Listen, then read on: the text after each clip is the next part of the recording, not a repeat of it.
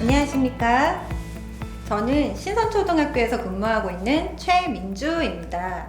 이번 시간에는 토익 토론을 활용한 국어과 수업에 대해서 말씀드리겠습니다.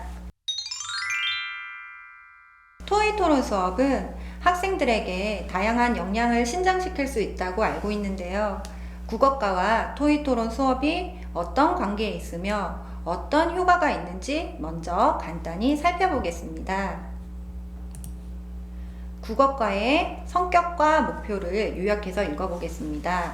다양한 차원의 통합적 활동으로 교과 역량을 기반으로 한 실질적 국어 능력 신장을 목적으로 합니다. 그리고 가항에 다양한 유형의 담화, 글, 작품을 정확하고 비판적으로 이해하고 효과적이고 창의적으로 표현하며 소통하는 데 필요한 기능입니다. 국어과의 성격은 국어 능력 신장에 목적을 두고 있으며 토익 토론을 통해 국어 능력의 신장을 촉진하는 것에 동의하실 거라고 생각이 듭니다. 또한 국어과의 목표에서 고차원적 사고를 논리적으로 표현하고 의사소통이 언어의 본질적 기능인데 이 또한 토익 토론 학습은 효과적인 결과를 가져옵니다. 실제로 토익 토론 수업을 활성화했을 때 학교 폭력이 줄었다는 재미있는 연구 결과도 있습니다. 이는 토익 토론을 통해 신성시킨 의사소통 능력을 또래 관계에서도 효율적으로 사용했다는 뜻도 되겠습니다. 토익 토론에 관한 메타 분석이라는 연구가 있습니다. 거기에서는 다음과 같이 토론의 효과에 대해서 말하고 있습니다. 첫 번째, 정의적, 인지적 학습 효과가 발생. 동료들과의 상호작용을 통해서 서로의 관점을 수용하고 이해하는 학습 환경을 창출하는 것입니다. 초등학생에게 높은 효과. 초등학생에게 특히 정의적, 인지적 측면에서 높은 효과를 가져온다고 합니다. 중학생의 경우는 인지적 효과, 고등학생은 정의적 효과를 보인다고 합니다. 세 번째, 인문사회 계열학습에서 높은 효과. 비구조화된 과제에서 다양한 문제 해결의 가능성을 탐색하고 새로운 것을 발견하는 경험이 가능하기 때문입니다. 네 번째, 토론 수업군의 유의미한 학습 효과. 연구 분석 시 다양한 자료를 수집하여 객관적이고 비판적인 시각에서 상대방의 견해를 반박하는 기회를 제공함으로써 학생들은 복잡하고 다양한 사고 경험을 하기 때문입니다. 다섯 번째, 토론 수업의 적당한 집단의 크기는 4인에서 6인. 여섯 번째, 토익 토론 사전 훈련은 무의미한 영향을 주고요. 토론 역할의 배정은 유의미한 영향을 가져온다고 합니다. 효과적인 횟수는 16번에서 20번, 효과적인 기간은 7주에서 8주라는 연구 결과가 있습니다. 그러면 오늘의 주제인 토익 토론을 활용한 국어과 수업에 대해서 알아보도록 하겠습니다. 첫 번째는 토익 토론의 기법을 알고, 두 번째는 토익 토론 수업 사례에 대해서 알고, 세 번째는 토익 토론에서 과정 중심 평가 설계를 해보도록 하겠습니다. 토익 토론의 기법을 알아보겠습니다. 토익은 다음과 같이 아이디어 개발, 지식 습득, 의사결정, 협의와 같은 목적으로 이루어집니다. 토론은 설득, 의사결정, 시합 등이 목적이며 이러한 방법들이 있습니다. 토익 토론 기법은 참 다양한데 지금부터 몇 가지만 간략하게 설명드리겠습니다. 버즈 세션은 6명씩 소집단 토의 후 다시 전체 집단 토의로 이루어지는데 토의하는 소리가 벌처럼 왱왱거린다고 해서 버즈 세션이라는 이름이 지어졌습니다. 모든 토의 후에 학급 전체 토의를 한다고 생각하시면 되겠습니다. 모든 아이들이 토의에 조금이라도 참여를 시킬 수 있고 그리하여 참여율을 매우 높일 수 있습니다. 스탬퍼는 발상 전환하기이며 창의적 사고를 유도해서 새로운 아이디어 프로세서의 혁신을 돕는 발상 도구입니다. 스탬퍼의 전제는 새로운 것은 기존에 존재하는 것에서 출발한다는 가설입니다. 따라서 학생들과 하나의 주제를 바꾸어서 다양하게 사용할 수 있습니다. 시를 대체하여 쓰기, 시의 주제를 다르게 결합하기, 시의 소재를 변형하기와 같이 모든 별 아이디어를 생성할 때 효과적입니다. 스탬퍼의 기법은 화면과 같지만 상황에 따라서 모두 다 사용하지 않으셔도 됩니다. 속성 열거법은 제품의 속성을 열거하는 토의인데 크기, 재질, 밝기, 위치 등을 말하는 것입니다. 여기까지 아이디어 개발을 목적으로 둔 토의 방법입니다. 라운드 로빈과 직소는 지식의 습득을 목적으로 둡니다. 라운드 로빈은 차례대로 기회를 얻기인데 보통 일반적인 방법은 백지에 자신의 생각을 기록하고 차례대로 발표하는 방법입니다. 종이에 적고 발표하므로 말로 표현하는 것이 어려운 학생들에게 효과적입니다. 아이디어가 고갈되면 자기 차례에서 패스라고 해서 다음 차례로 넘길 수 있습니다.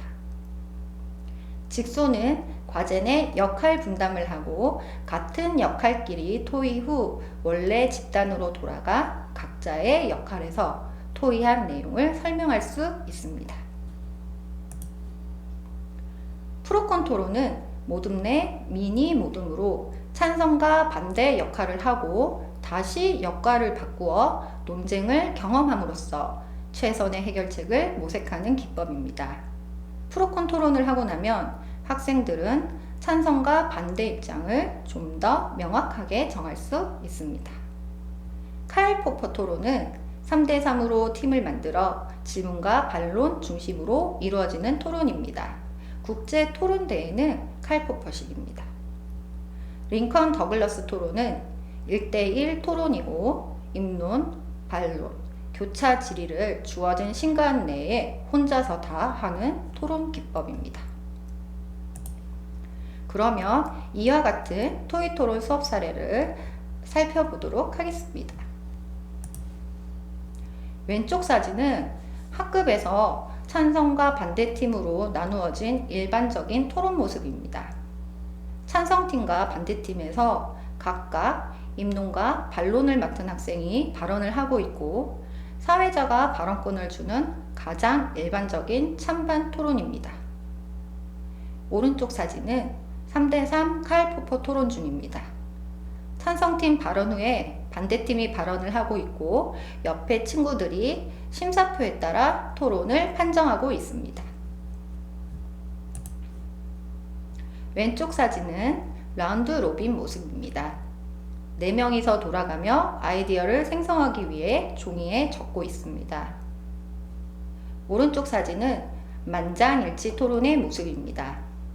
만장일치 토론은 정답이 있는 순위 결정의 상황을 제시하고 그 순위에 대해 아이들이 의견을 나누어 만장일치로 결정하는 방식의 토론입니다. 의견이 통일되기 위해서는 토론을 위해 상대방을 설득시켜야 하는 과정이 필요합니다.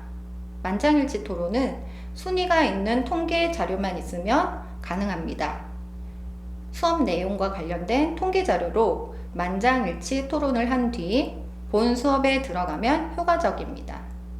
예를 들어 우리 반이 좋아하는 음식, 우리 반의 친구들의 고민거리 등입니다. 전교생 토의 토론 대회 모습을 보여드리겠습니다. 지금 보시는 장면은 3, 4학년 중학년 학생들의 토의 토론 예선과 본선 모습입니다. 지중도서를 한 권 정하는데 보통 한 학기 한 권 읽기 책을 정합니다. 예선으로 자신이 읽은 책에 대한 생각을 1분 동안 발표하고 청자에게 질문을 받습니다.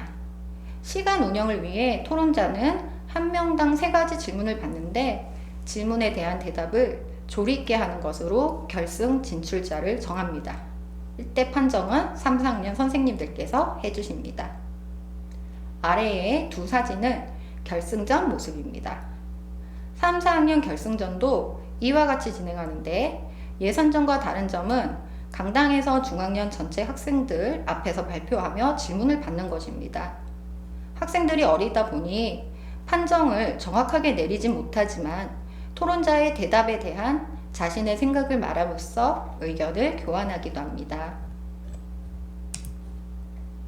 이 모습은 세다 토론 방식으로 진행되는 5, 6학년 토론대회입니다. 예선전 모습인데요. 배심원은 선생님들께서 각 테이블마다 앉아서 판정해 주시고 세다 방식 토론으로 한 리그가 끝나면 선생님께서 깃발로 승패를 표시해 주십니다. 판정표는 사전에 배부되며 대진표와 풀리그 진행이 사전에 안내됩니다. 그리고 점수 합계로 우승팀 2팀이 결승전에 올라갑니다. 세다 방식은 카일포퍼 방식과 비슷하게 3대3으로 진행되며 1분 정도 정해진 발언을 갖고 상대편에 입론을 하지 않는 2명이 상대편에게 질의와 반론을 할 수 있습니다. 고학년 결승전 모습입니다. 지금 보이는 주제는 온양이라는 책을 읽고 주제에 따라 찬성 반대팀이 무대에서 5, 6학년 전체 앞에 토론을 펼칩니다. 찬성과 반대는 예선전 후 뽑기로 정하며 예선전 후 한 달의 준비 기간을 부여합니다. 찬성은 파랑, 반대는 빨강이고 청중들의 질문을 받기도 합니다. 아래는 5, 6학년 전체 학생이 판정하는 모습입니다. 이렇게 규모에 따라서 다양한 방식으로 토의 토론을 실시할 수 있으며 토론 대회를 통해 학생들이 스스로 자부심을 느끼고 팀을 진행함에 있어 협력과 존중, 소통 능력이 향상되는 것을 볼 수 있었습니다. 토론 대회 심사 기준표입니다. 6학년 교과서에 있는 내용으로 판정 기준을 선정하였습니다. 적절한 근거, 반론, 협력하는 태도 점수가 포함되어 있습니다. 토의 토론 수업에서 과정 중심 평가에 대해서 알아보겠습니다. 토의 토론을 하는 과정에서 선생님들께서는 과정 중심 평가를 실시할 수 있습니다. 국어과 토의 토론 학습과 관련된 성취 기준은 다음과 같습니다.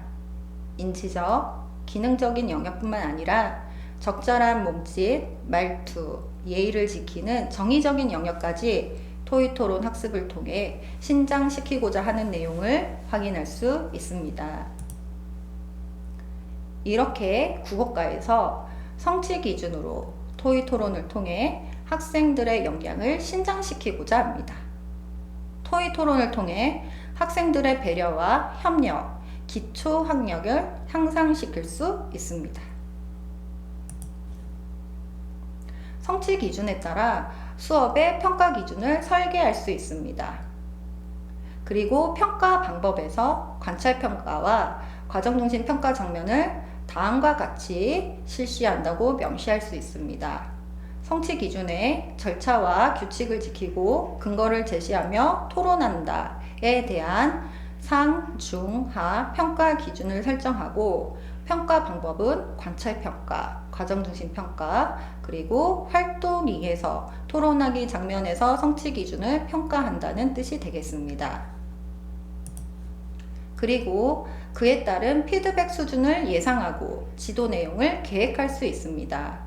수업평가 일체화에 대해서 교수평피라는 문구로 피드백을 강조하고 있습니다. 그만큼 학습을 통해 학생 개인의 맞춤형 교육과 그리고 성장을 위한 배움이 되도록 교육이 이러한 패러다임을 반영하고 있습니다. 과정중심평가 내용을 살펴보면 절차와 규칙을 지키며 토론하기, 관찰평가로 이루어집니다. 그리고 피드백 수준을 절차와 규칙을 지키고 적절한 근거를 제시하며 토론하는 경우에는 학습 활동에 대해 긍정적이고 학습 방법에 대한 격려와 피드백을 제공한다고 되어 있습니다. 그리고 두 번째 수준, 적절한 근거를 들어 토론할 수 있으나 토론의 절차와 규칙을 지키는 것이 어려울 경우에는 토론의 절차에 대해서 토론 중이나 후에 안내한다고 되어 있습니다. 이러한 것은 교사 수준 교육과정으로 교사가 직접 피드백 수준과 피드백 내용을 설계하는 것입니다. 그리하여 과정중심 평가 설계에 대해서 정리해 보도록 하겠습니다. 개별 학습 수준에 맞는 맞춤형 수업 제공, 궁극적으로 학생 성장 중심의 교육과정 운영입니다. 순서는 단원 수업 설계 시 성취 기준을 분석합니다. 단원 학습의 내용 요소와 기능 요소를 확인하는 것입니다. 두 번째, 성취 기준에 따른 수업 주제를 확인합니다. 그리고 세 번째, 수업 주제 위계화에 따른 단위 수업을 학습 단계에 따라 설정합니다.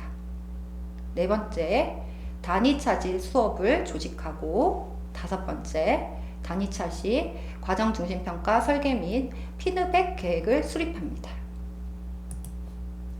토익 토론 수업을 만들기 위해서는 다음과 같은 수업 전, 중, 후 전략을 생각하셔야 합니다. 성취 기준과 차시 내용, 과정 중심 평가 계획, 대상의 성향에 맞는 토익 토론 방법을 설정하기 위해서 첫 번째, 단위 차시 학습 목표에 대한 성취 기준은 무엇인가? 수업의 장면에서 과정 중심 평가가 이루어질 것인가? 성취 기준 도달을 위해서 수업 중 교사가 중점적으로 지도해야 할 부분은 어디인가? 네 번째, 학습에 적절한 토익 토론 학습법은 무엇인가? 수업 전에 설계하고 나면 수업 중에는 적절한 토익 토론 수업 방법을 활용하시면 되겠습니다. 수업 후에는 가장 중요한 것이 차시 수업에 대한 피드백입니다. 차시 수업 토익 토론을 적용한 것에 대한 전략이 옳았었는지 환류가 필요합니다. 그리고 토익 토론 수업에서 가장 중요한 것은 사전 글쓰기 실시입니다. 사전 글쓰기를 피드백으로 활용할 수 있고 토론의 참여율을 높여 학습 몰입도와 흥미도를 상승할 수 있기 때문입니다. 이번 시간에는 토익 토론 국어 수업에 대해서 알아보았습니다. 토익 토론 수업으로 단원의 주제와 성취 기준에 맞는 기법을 적절히 활용하여 학생들의 협력적 인성과 창의적 사고를 키우는 수업을 만들어 보시면 좋겠습니다. 수고하셨습니다. 감사합니다.